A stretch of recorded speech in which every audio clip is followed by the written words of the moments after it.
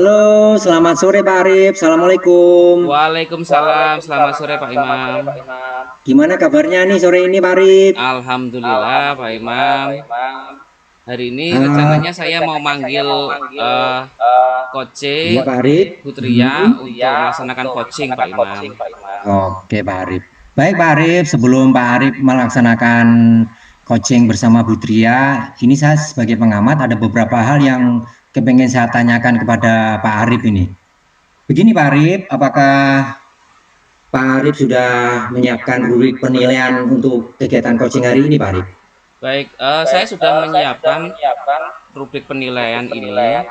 Mm-mm. Artinya rubrik penilaian yang saya lakukan adalah mulai dari proses, dari pra, proses, dan akhir, di mana di dalamnya ada langkah-langkah tirta, gitu Pak Imam. Oh gitu, baik Pak Arif. Selanjutnya nih Pak Arif, saya juga ingin tahu nih, kira-kira kompetensi coaching apa yang ingin dikembangkan Pak Arif? Tentu saja kompetensi profesional dari guru seperti itu Pak Imam. Oh begitu ya, kompetensi profesional ya. Kemudian Pak Arif, kira-kira bagian kompetensi mana yang secara spesifik ingin diobservasi Pak Arif?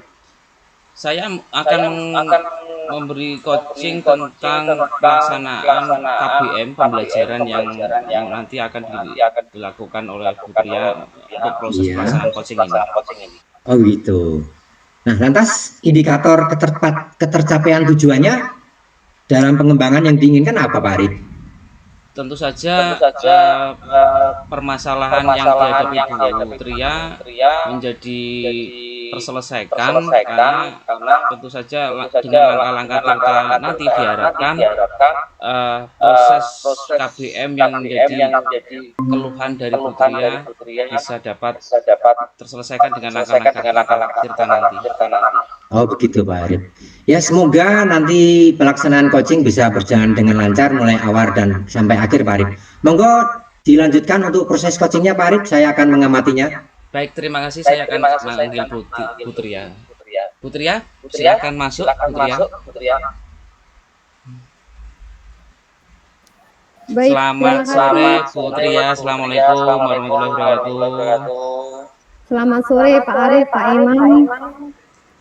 Selamat sore. Waalaikumsalam warahmatullahi wabarakatuh.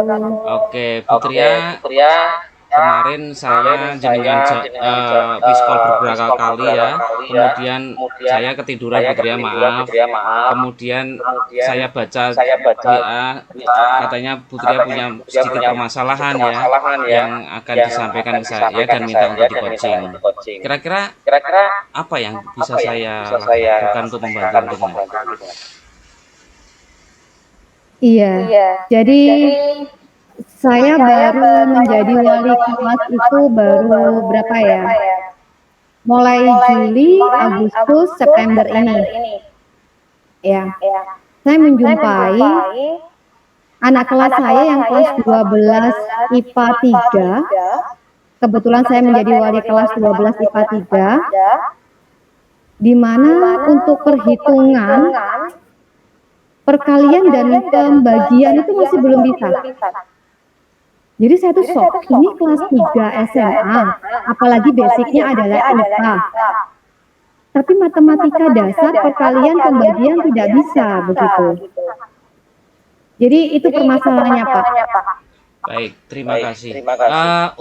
Untuk tujuan Putria sendiri bagaimana? Yang diharapkan apa yang jenengan harapkan sebagai seorang wali kelas sekaligus guru? Yang saya harapkan menjadi seorang wali kelas ya, karena wali kelas di sekolah itu kan menjadi seorang ibu kedua dari anak-anak yang ada di kelas gitu. Jadi saya menginginkan bahwa anak saya ini akan tuntas sesuai dengan usianya sebenarnya gitu. Walaupun kategorinya masih terlambat sih, karena sudah kelas 3 SMA. Begitu, sehingga dia bisa mengikuti akademik dengan baik, karena matematika saya rasa basic ya, dia untuk bisa ikut ke PTN ataupun juga tes-tes masuk kedinasan yang lain, begitu Pak Arif. Oke, kira-kira hambatan apa saja ya Putria yang kira-kira akan hadapi, yang bisa jenengan ceritakan ke saya, yang nantinya anak ini kok tiba-tiba susah dalam proses belajar seperti yang jenengan ceritakan tadi?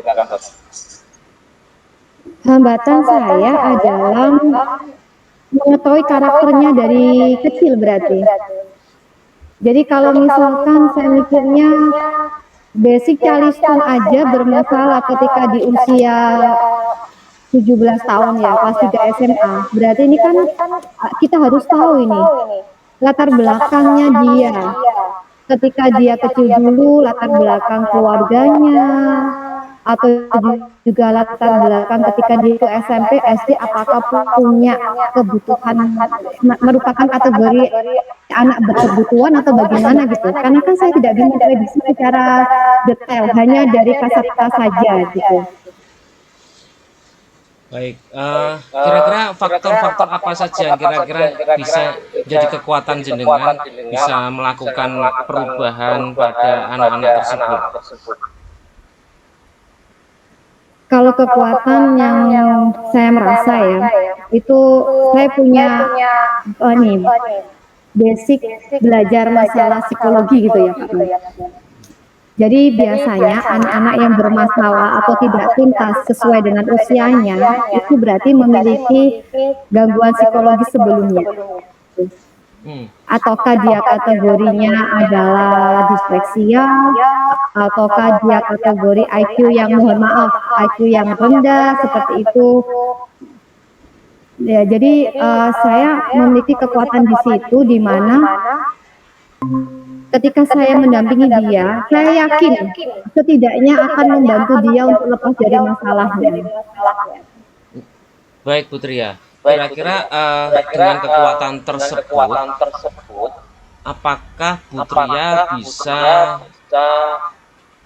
melakukan hal-hal positif yang nantinya anak tergugah atau memiliki strategi apa begitu sebelumnya yang mungkin pernah jenengan lakukan di tahun-tahun sebelumnya, tahun ajaran sebelumnya untuk melakukan menggugah atau melakukan perubahan agar anak tersebut melakukan perubahan menjadi tidak bisa menjadi bisa, seperti itu Putri ya?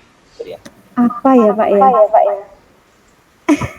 Jadi kalau kita lihat itu karena sudah kelas 3 SMA gitu loh ya, jadi agak parah ya istilahnya ya, agak berat gitu.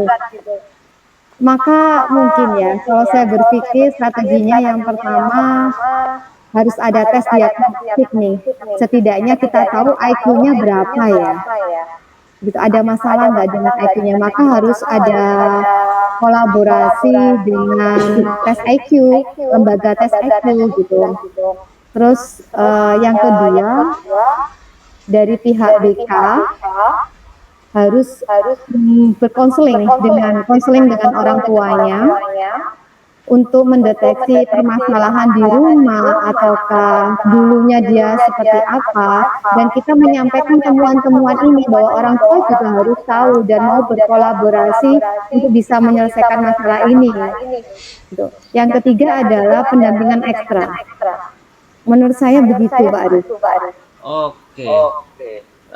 Dari hal semacam ini tadi, ketika jenengan belum ketemu dengan saya dan sekarang sudah ketemu dengan saya, penilaian jenengan ketika mendapatkan permasalahan seperti ini skalanya dari 0 sampai 10, dan ketika sudah ketemu dengan saya skalanya rencana ke depan itu dari 0 sampai 10, kira-kira posisi Bu Tria ada di posisi angka berapa?